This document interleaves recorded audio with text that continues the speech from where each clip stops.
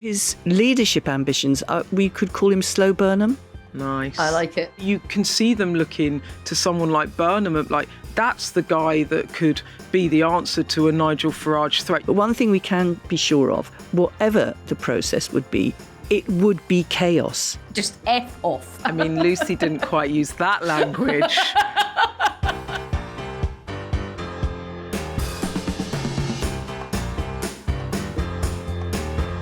Well, look, going into next week's Labour conference, I've got all my suits arranged. Very excited to go to Liverpool. I actually am. I love going up to Liverpool. I love it.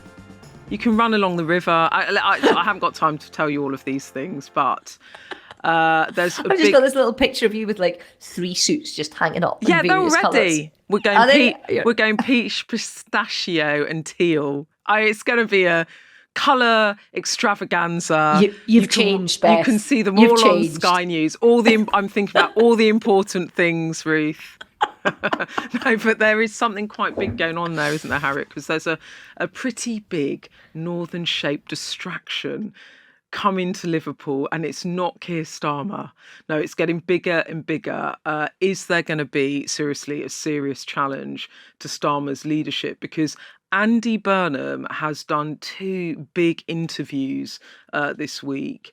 He's done one in the Daily Telegraph and he's done one in the New Statesman, which is the kind of Labour Party's sort of its specialist magazine. If you need to know about Labour politics, you need to read the New Statesman every week. And what's he said? Just quickly summing up. He's the Mayor for Greater Manchester, Andy Burnham. He's twice run for the Labour leadership and he looks like he's trying to take a tilt again or thinking about it. In the Telegraph this morning on Thursday, with an exclusive interview, he said that MPs are privately urging him to challenge Keir Starmer. He has put down some policy plans: higher council tax for more expensive homes, 40 billion of borrowing to build more council homes. He's talking about income tax cuts for lower earners, a 50p rate for higher paid earners. And in the New Statesman, he's talked about getting beyond this thing of being in hock to the bond markets. Now that matters because if you remember the Annalise Dodds interview I did before the summer, lots of Labour MPs want the government to think quite radically about economic policy. And Andy Burnham is leaning into that. And a lot of MPs will like what he's saying on that.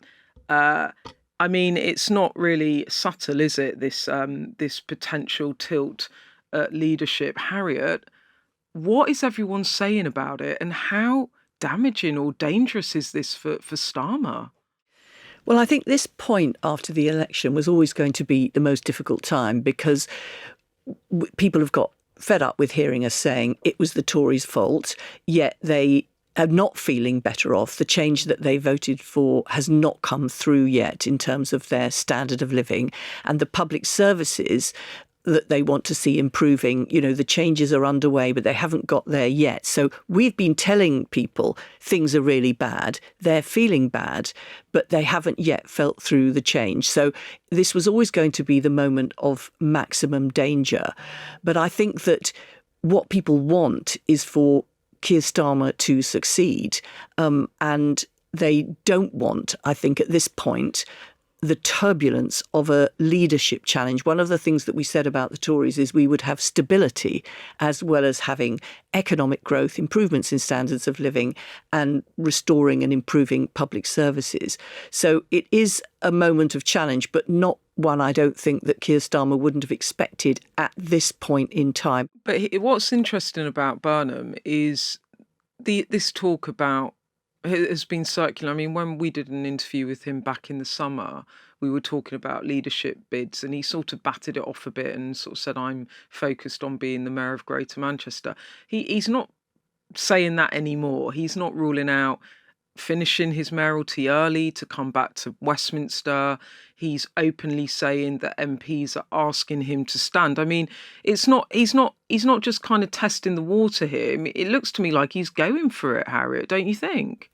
Well, this is something that Keir Starmer will just have to soldier through, and he'll have to respond to that and overwhelm that with his explanation of the direction he's taking the country, how he's delivering on the manifesto. Yes, it's a time of danger. Yes, Andy Burnham is not, hiding his light under a bushel in any way, shape or form. He's not signalling quietly through others. There's no stalking horse in the wings here. He's actually speaking for himself. And then Keir Starmer will have to speak for himself as leader of the Labour Party, as Prime Minister at Labour conference, and inspire that confidence that although things are difficult on the economy and in public services, he is going to get there and set out the direction which people will want to see the country go in. I thought there was a really interesting snippet in that Telegraph interview that he did where he said that he'd not spoken with Keir Starmer for 4 months. He hadn't spoken to him since May.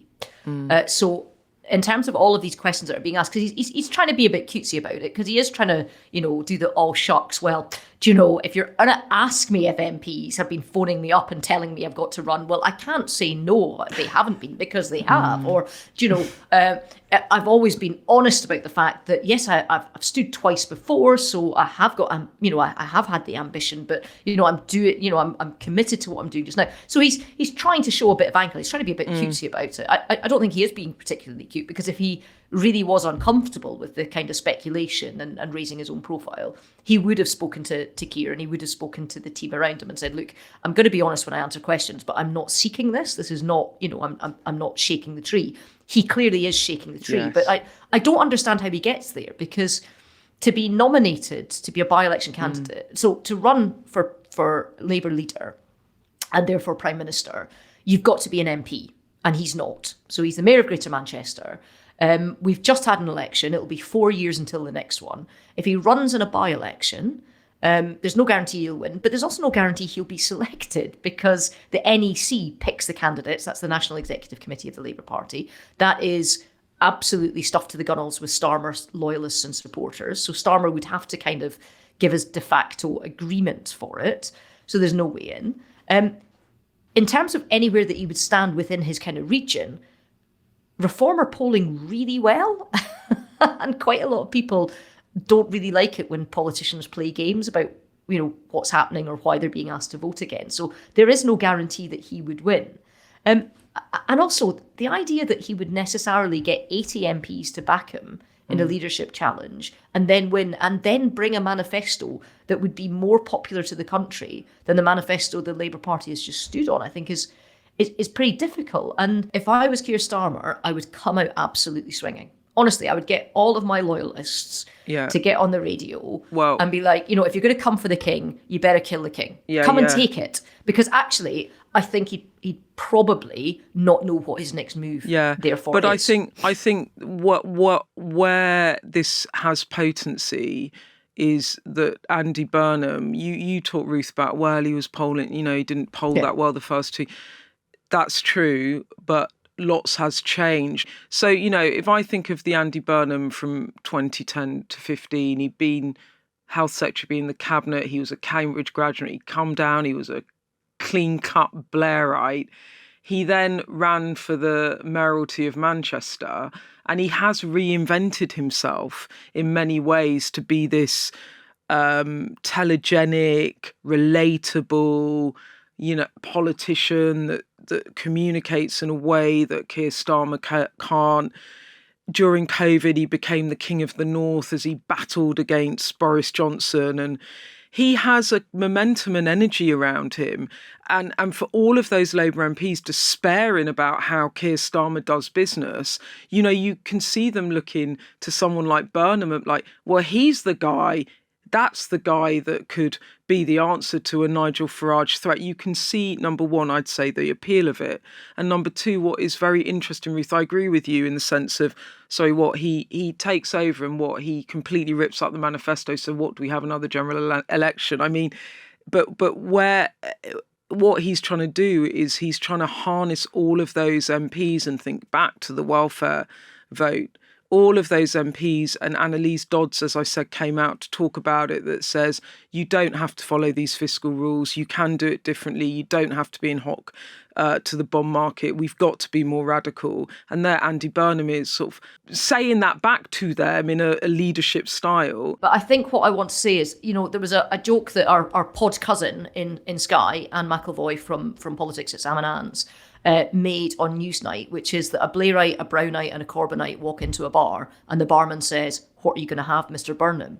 Because he's changed so much. So has Keir Starmer. The joke is that he doesn't stand for anything, and that when you examine him, he's slightly crumbled under examination on the grounds that what he was saying in the Telegraph is we want a 50p tax rate for higher earners, we want a mansion tax on everything in London and the South East. I think one of the things that's driving this conversation is the real deep anxiety that the very worst thing the Labour government could do would be to pave the way for a Farage victory. And people are haunted by the thought of Biden hanging on when it was evident he couldn't do it, and therefore stymieing the Democrats' chance to beat Trump. So it's the anxiety. It's not that if we failed, we would hand over to some sort of centrist Ruth Davidson type of Conservative Party. It would be handing over to the worst of all worlds, which would be Farage. So that is the fear that's driving it and giving it a level of heightened of anxiety. But Ruth talks about the process. But one thing we can be sure of, whatever the process would be, it would be chaos. And that people don't want the chaos and are very fearful of it. And we know that the public want the government to just get on and do things and improve things. They don't want a merry-go-round and internal strife and change of leaders. And therefore, that would be inevitable if there was going to be a challenge from Andy to Keir Starmer. I mean, the other thing we haven't talked about in this, though, as well, is the sort of element of Lucy Powell. She's running to be deputy leader, and I quite liked her when she came out swinging, saying because there was all this thing about, Bridget Phillipson's the kind of candidate for Keir Starmer and Lucy's the candidate for Andy Burnham, and really they're just irrelevant. It's actually a fight between the two men. Yeah, do you know that really annoys me? Can I just say how annoying that is that we're still doing this in 2025, that women standing for a job are just proxies for more powerful men. Yeah, and Lucy, F off. F off. I mean, Lucy didn't quite use that language. But Lucy came out and she went, I'm actually just standing in my own right as a successful woman, which I loved. Because, I mean, the point is, like, Bridget Phillipson and Lucy Powell are powerful, accomplished women in their own rights. But, and I liked that Lucy went, I'll piss off you lot, saying I'm some sort of... what was it like? What's the thing? Proxy. Because she's her own person. But it is also true that a Lucy Powell deputy leader... And she does come from Greater Manchester, and she can represent a different part of the party, and she isn't, in the cabinet. I mean, it does set it up, doesn't it, for a different kind of conversation around perhaps more leftist policies. And it is not, it wouldn't be unhelpful for Andy Burnham to have a key ally as the deputy leader of the Labour Party, would it? But what also matters is our manifesto. Yeah. We're not having a discussion about what a future Labour government should do. We've had that discussion. Yeah. It was before July last year. It was called Labour Party's manifesto. We've got to crack on and deliver that. And I just don't think there's the scope for the public to be told, Labour was elected with its big majority last year on this manifesto talking about what we're going to do about tax and fiscal responsibility. But we've changed our leader who was elected at the last election, and we're changing all the promises that we'd made in the manifesto. I just think that there's a real downside, a terrific downside to that. I didn't really know Andy Burnham when he was an MP, actually, because it was a bit before my time of joining Parliament. And then I was kind of covering the coalition years rather than the Labour Party in opposition when I first came into Westminster. But I do know Andy Burnham, and there is a weird connection, which is so random. We both went to the same college in Cambridge, which is Fitzwilliam. But I didn't know him at college. The funny thing was, a while ago, they asked us to do University Challenge. And I was like, absolutely not. So they asked us and they were like, Andy Burnham. So I messaged Andy Burnham and I said, I don't know about doing this. And he was like, I'm not doing it. And then I was like, what if we got Vince Cable? He's the only other politician I know that went to Fitzwilliam as well. And he's got a really massive brain. So if we could get Vince Cable of the Lib Dems to do it, we might have a celebrity team here. I mean, how celebrity? That's so uncelebrity, isn't it? But it will, anyway. And then Vince Cable said he couldn't do it. And then we both decided not to do it on the basis that there was an understanding between us that maybe our general knowledge was not such that we wouldn't make complete tits out of ourselves. So there's my Andy Burnham story. Bearing in mind he stood for the leadership in 2010, but he came fourth in that. And he then stood again in 2015. And we are now in 2025. So his leadership ambitions, we could call him Slow Burnham.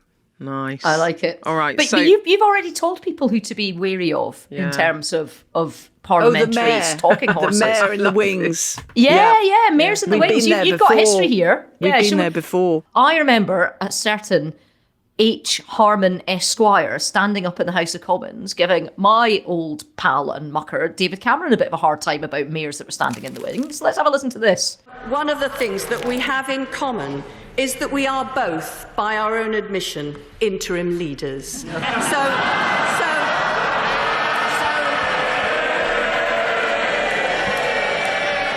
So from one interim leader to another, can I give him some advice? And I'm sure that he'll understand what I mean when I say, beware the blonde on the zip wire. And speaking... Look at you. You're like the Delphic Oracle. Is that what it is? I'm not very good on my classics. Unlike Boris Johnson. Unlike that blonde guy. Yeah, exactly. Who's forever whanging on about Greeks and Romans and stuff. So that was in 2015 that I was already warning Cameron, don't look so pleased with yourself. The Mayor of London is on your case and wants to be in your shoes doing your job. But it took him until 2019 until he achieved that. And there was Team A in between. Yeah, but also, so with that foresight and that kind of crystal ball, what's your verdict on Andy Burnham? Is he going to do it? Is he going to do it? Can you see it? I think the priority is for Keir Starmer, who is Prime Minister, for Keir Starmer to do it. That's really what people want. I do not want the drama and chaos of a leadership election. It's like, this guy hasn't done it, so we're going to try somebody else. You know, everybody really wants Keir Starmer to succeed. It's a moment of danger, though, isn't it? Do you know, if you can't beat Ed Miliband and you come fourth, and if you can't beat Jeremy Corbyn and you get less than 20%, can you beat a sitting prime minister? I would agree with Beth. Like, it's a hard ask. Yeah, I think that the Andy Burnham now is very different from the Andy Burnham who is in the cabinet. He has actually grown in that position and is something of a vote whisperer. You know, every single ward which was up for contest in the mayoralty of Greater Manchester, he won, including in the die-hard Tory areas. So, you know, he has grown, and it's good to see people grow in politics. My observation, though, Harriet, is that you don't feel, given the mood in the party, you can't sit here and say to me, I don't think there will be a leadership challenge. You can't, because we simply don't know, do we? I think people want this prime ministership to be successful. But the anxiety about Farage coming into number 10, that is what is fueling this. Okay, final question on it, and then we've got to move on, just because I'm interested to hear what you think. How does what Andy Burnham is doing this week change the optics of the Liverpool conference? Do you think it does? What does change in Liverpool? What changes in Liverpool next week because of what's going on now? It ups the stakes of the importance of Keir Starmer's speech on Tuesday. No pressure then. Well, look, before we go, I mean, another week where there's just been a surfeit of news. There's just been so much news and politics happening. And one of the really big stories of the week that we haven't even talked about this week, on this week's pod was the United Kingdom's and also France's recognition of the Palestinian state.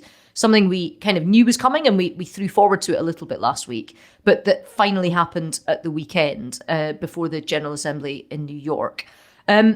And so much has happened there, but it felt like a really big week in the world, didn't it? And Harriet, you were there, as we know, the UK's special envoy for women and girls. Loads of other podcasts have been doing special segments to highlight the UN General Assembly around the theme of hope. So we thought we'd get involved. Seeing you were there, can you give us the lowdown in the middle of all this tough news? Did you feel hopeful at the UN?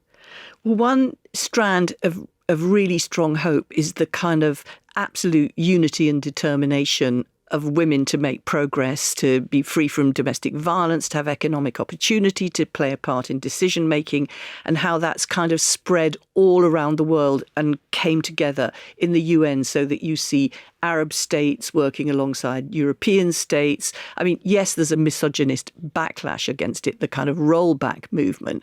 And yes, atrocities going on in Afghanistan.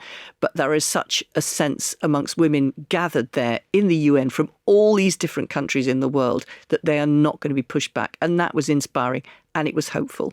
Okay. And do you know what I think as well in that sort of space is perhaps we don't talk about good news stories enough, particularly when the good news stories happen over a long period of time. So the thing that always gives me hope, and I do sometimes worry about the world and get quite stressed, and as a mum you kind of are just like, oh, you know, the world that you're bringing your child into, is infant mortality rates. It's something that we never ever talk about, and it's a long, you know, situation of trying to get vaccinations to children, trying to improve diet in places in the world. And we've seen the kind of the neonatal deaths, so those ones in the first 28 days, have improved by kind of nearly half, so 44%. Under fives, survival rates have gone up by more than 50% since 1990. So this kind of movement that we know what works and we know how to make it work. And I guess that comes back to Trump saying that, you know, making anti-medical statements and talking about MMR and stuff like that, you know, it really does impact. You know, there are millions of people alive in the world today that wouldn't have been if we didn't have vaccination programs that worked, if we didn't have feeding programs that worked, if we didn't make sure that we were getting the right kind of help to the right kind of places. And we often forget those big international stories. So that's all we have time for today. Keep your messages and questions coming in. We really, really value them. The number to WhatsApp is 07934 200 444, or you can always email us on electoraldysfunction@sky.uk. And we'll be back next week after the Labour Party conference in Liverpool. It's going to be absolutely jam-packed. And as we were talking, Andy Burnham is only upping the ante. It's so busy that I don't know how I'm going to fit in Married at First Sight, the new morning show, and also Slow Horses has just started. Oh, is the new Slow Horses out? Yes. Oh, yeah, I know. You're welcome. You're welcome. But I'm going to try my best to fit it all in. And also listen to the pod. So thanks for listening. If you like it, don't forget to follow us and also recommend us to your friends. Goodbye. Goodbye. Goodbye.